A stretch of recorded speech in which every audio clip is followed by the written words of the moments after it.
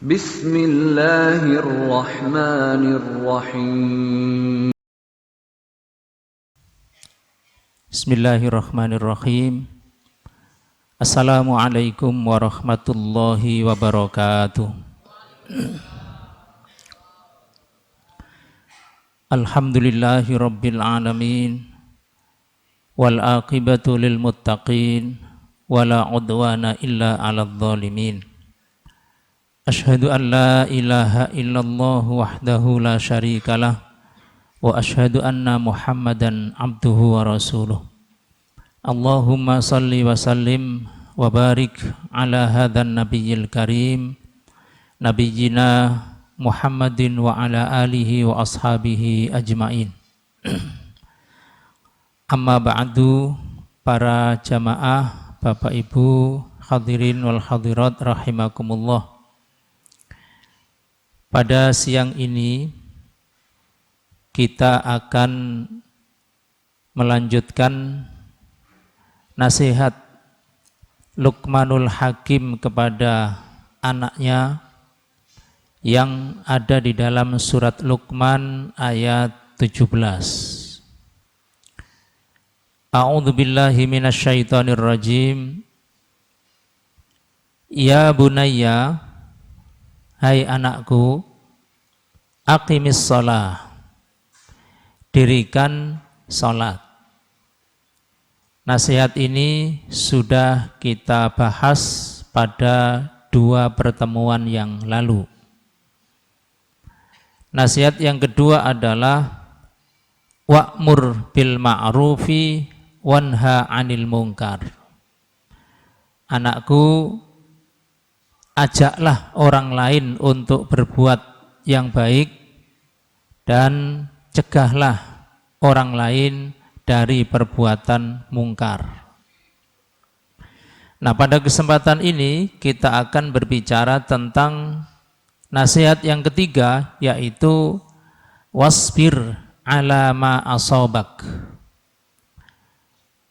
Wahai anakku, bersabarlah atas apa saja yang menimpa kamu.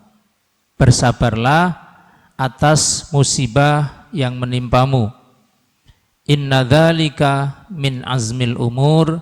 Sesungguhnya yang demikian itu termasuk hal-hal yang penting yang diperintahkan oleh Allah Subhanahu wa ta'ala. Jamaah sekalian, para ulama mengkategorikan sabar itu ada 3 macam. Sabar dalam hal taat kepada Allah, sabar dalam menjauhi maksiat, dan sabar ketika menerima takdir yang tidak enak.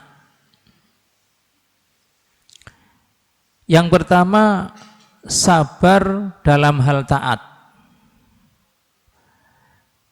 Para jamaah, ketika kita beribadah dan belum bisa menikmati ibadah, maka ibadah itu terasa berat.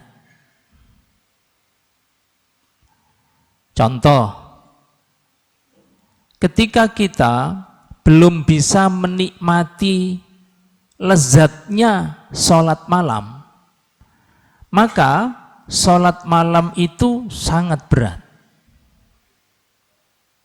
Bangun sendiri tidak bisa, dibangunkan juga tidak mau, pasang alarm juga bangun, terus mateni alarmnya. Berat memang. Untuk ibadah taat kepada Allah itu berat. Tetapi beratnya ibadah tidak boleh kemudian kita tinggalkan. Justru bagaimana kita ini sabar bertahan dalam ketaatan itu. Karena itu taat itu perlu sabar.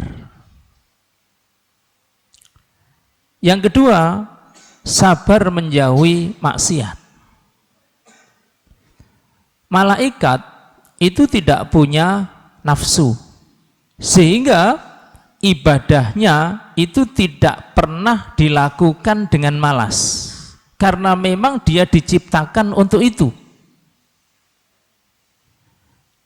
Sementara setan, iblis, yang dominan di dalam dirinya itu adalah nafsu, sehingga tidak pernah taat, tidak pernah beribadah. Sehingga iblis dan setan itu menikmati maksiat itu. Jadi kalau ada orang maksiat kok bahagia, itu iblis. Mirip iblis. Wong maksiat kok malah seneng, malah diceritakan temannya lagi, itu iblis yang hidupnya didominasi oleh nafsu. Nah, manusia ini fa'alhamaha fujuraha wa taqwaha, ada keinginan untuk berbuat baik, itu namanya takwa. Ada keinginan untuk berbuat buruk, itu namanya fujur. Jadi kadang-kadang ketika takwa kita sedang turun, dorongan untuk berbuat maksiat itu ada. Disitulah kita butuh menahan diri, mengekang hawa nafsu, jangan melakukan maksiat. Dan itu butuh sabar. Yang ketiga, nah ini yang sedang kita pikirkan bersama, sabar dalam menerima takdir buruk. Karena takdir itu dua dan wajib kita imani. Wa nu'minu bil qadari khairihi wa syarrihi. Kita beriman kepada takdir, baik yang takdir itu khair, rasanya enak, wa syarr, rasanya tidak enak. Dua-duanya kita terima. Cuma kalau takdir itu boleh milih yang mana? Yang enak, yang khairihi. Tapi takdir itu sudah ditentukan, cuma kita bisa ikhtiar. Saya kasih contoh. Tahun 18 Hijriah, Masehinya ya ditambah 622. Pada waktu umat Islam dipimpin oleh Khalifah Amirul Mukminin Umar Ibnul Khattab, di Syam itu ada wabah ta'un, beda namanya ya, ta'un. Tidak tahu ta'un itu terjemahnya apa, Pak Dokter ya? Karena di situ diceritakan muncul bintik-bintik di tubuh, terus pecah, terus dengan cepat meninggal orangnya. Itu aja. Itu ta'un. Suatu ketika Umar bin Khattab sebagai khalifah ini rombongan kunjungan kerja ke Syam. Ketika sampai di perbatasan, gubernur sendiri Abu Ubaidah Amr ibnul Jarrah radhiyallahu anhu, ini presidennya bagus, gubernurnya bagus, dua-duanya ahli surga, dua-duanya al-mubasysyaruna bil jannah. Gubernur menjemput rombongan khalifah di perbatasan dan memberi informasi di Syam sedang ada wabah ta'un, sudah banyak yang sakit dan banyak yang meninggal. Begitu ada berita ini, khalifah berhenti dan bermusyawarah. Orang muhajirin diundang, orang ansor diundang. Seperti dulu Nabi juga kalau ada masalah musyawarah itu mengundang kaum muhajirin dan ansor. Karena kadang-kadang bedanya itu diametral, muhajirin dan ansor itu. Muhajirin, ansor ditambah sahabat-sahabat yang menangi Fathu Mekah diundang. Ini bagaimana? Kita ini sudah menempuh perjalanan sekian hari, mau masuk ada berita seperti ini. Menurut kalian bagaimana? Sebagian menginginkan, ya khalifah, kita pulang. Karena jelas-jelas ada musibah, masa kita masuk ke situ? Kita pulang. Sang gubernur menginginkan, khalifah, antum kan sudah jauh-jauh, sudah niat, silahkan lanjut masuk ke Syam. Nah, Umar sendiri cenderung untuk pulang. Khalifah cenderung pulang, tapi kan ada rame. Umar tanya kepada gubernur Abdullah, Abu Ubaidah, kalau antum punya kambing, lalu akan kamu gembalakan, ada padang rumput, ada padang gersang, kemanakah kambingmu akan kau gembalakan? Ini pertanyaan orang podo pinteri, sing takon mbek sing ditakoni podo pinteri. Kan ini pilihan. Kita gembalakan kambing itu ke sawah yang banyak rumputnya atau sawah gersang tidak ada rumputnya. Kata gubernur, saya akan menggembalakan ke sawah yang ada rumputnya. Kalau begitu, izinkan kami pamit pulang. Coba gambarkan suasana itu ya. Izinkan kami pulang. Tapi dialog, kata Abu Ubaidah, ya Khalifah, apakah antum lari dari takdir? Sekalipun Anda masuk, kalau takdirnya tidak mati, kan tidak mati. Kalau takdirnya mati, syahid. Afiraron min qada'illah. Apa antum mau lari dari takdir? Kata Umar, kita ini lari dari takdir menuju takdir yang lain. Karena kita tidak bisa lepas dari takdir. Saya masuk ke Syam itu juga takdir. Saya pulang juga takdir. Dua-duanya takdir. Cuma nek oleh milih. Aku milih mulai. Debat lama sekali. Akhirnya Abdurrahman bin Auf datang. Saya mendengar Rasulullah Sallallahu Alaihi Wasallam bersabda, kalau kalian mendengar ada wabah di satu kampung, janganlah kalian masuk ke kampung itu, jangan orang kampung itu keluar kampungnya. Hadisnya rawahul Bukhari wa Muslim. Begitu selesai mendengar Abdurrahman bin Auf menyampaikan hadis, semuanya diam. Artinya selesai sudah. Umar dan para sahabat berpamitan dengan tangis yang luar biasa.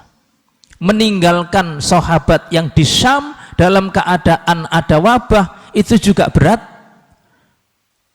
Dan Abu Ubaidah melepaskan para sahabat-sahabat pulang itu juga berat. Umar saking tidak teganya, kan tahu apa yang akan dialami oleh mereka. Mereka ini kan tahu.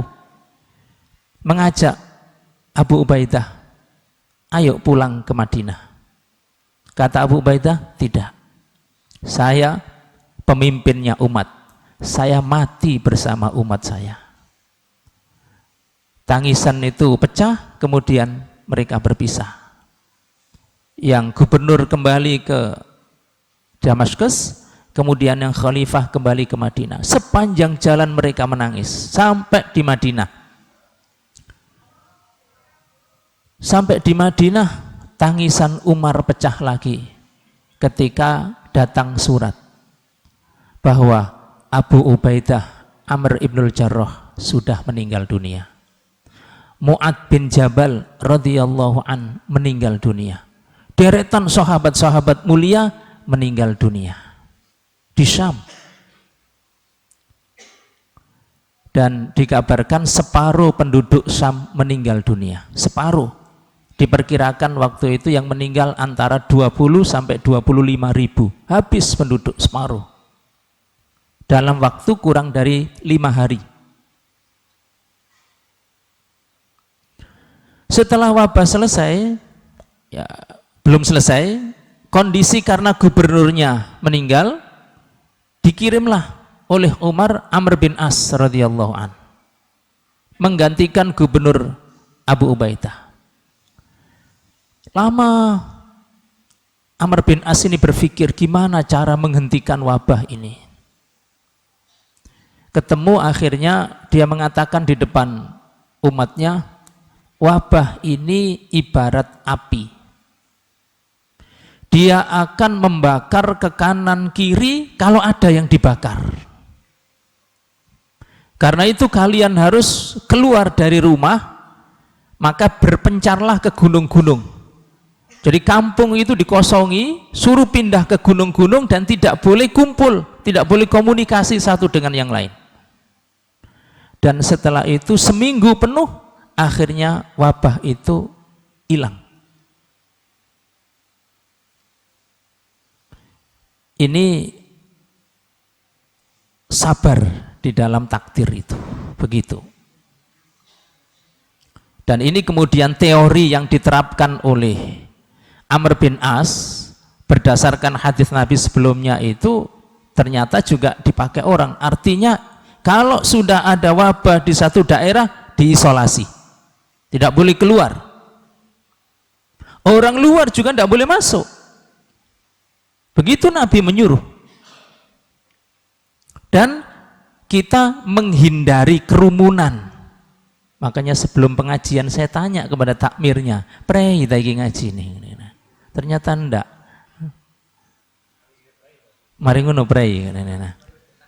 Makanya Amr bin As menyuruh lari ke gunung semua. Jangan ada komunikasi, jangan ada hubungan. Mungkin enggak boleh salaman juga. Nah, dan selesai wabah itu. Jadi sabar itu tidak berarti menyerah terhadap keadaan, tapi sabar itu ada upaya yang namanya ikhtiar. Memang orang sakit tidak berobat, dia sabar sampai mati, itu boleh, tapi ikhtiar juga boleh. Ada seorang wanita sakit ayan itu apa bahasanya, epilepsi.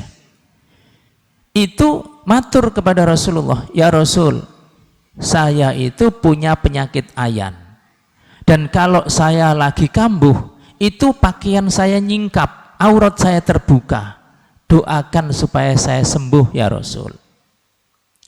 Nabi memberi dua opsi, pilih salah satu, aku doakan kamu sembuh, atau kamu bersabar dan bagimu surga. Nah gitu. Apa yang dipilih oleh sahabiat ini, wanita ini? Ya yang kedua, karena jelas surga. Wong banyak orang sembuh malah maksiat. Dia pilih sakit tidak apa-apa, yang penting surga, daripada sembuh mlebu neraka. Sahabat ini begitu. Akhirnya dia memilih sabar dengan harapan masuk surga. Dan ternyata dengan kesabarannya itu Allah sembuhkan dia. Itu oleh karo. Nah, sabar inilah yang perlu kita ajarkan kepada anak kita. Ini kita bukan menasihati orang tua, ini orang tua menasihati anak temanya. Kita itu menasihati anak, tapi kita sendiri ngelakoni, itu gampang.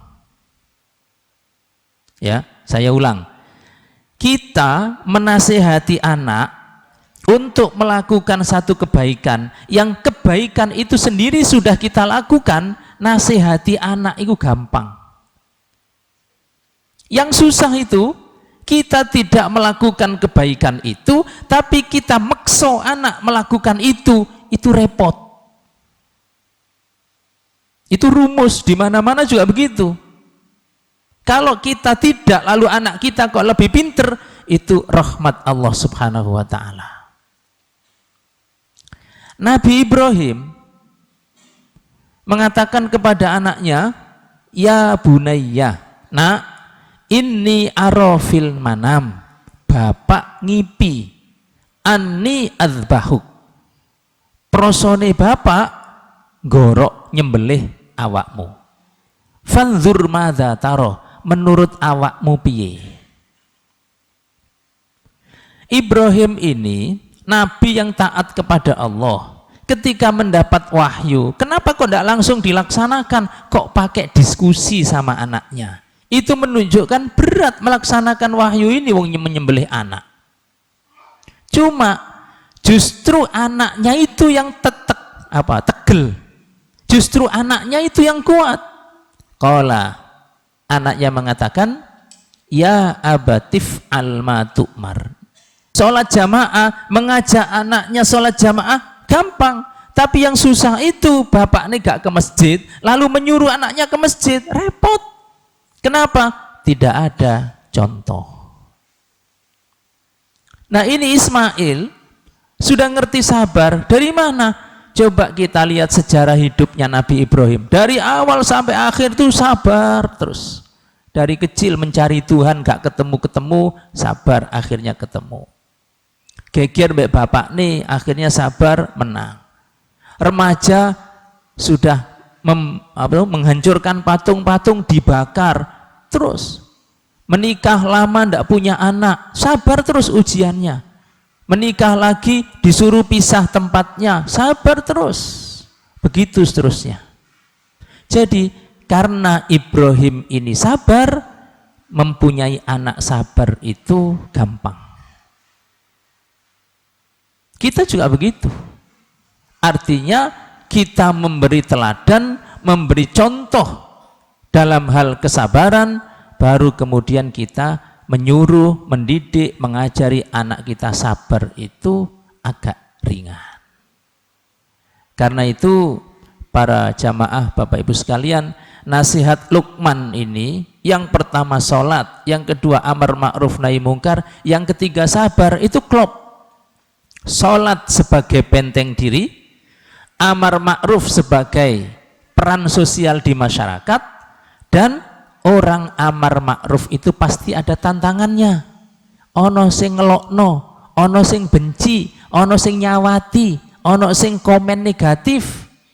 Karena itu butuh sabar. Aqulu qauli hadza wa astaghfirullah li wa lakum. Ada pertanyaan? Online kosong, offline? Yes.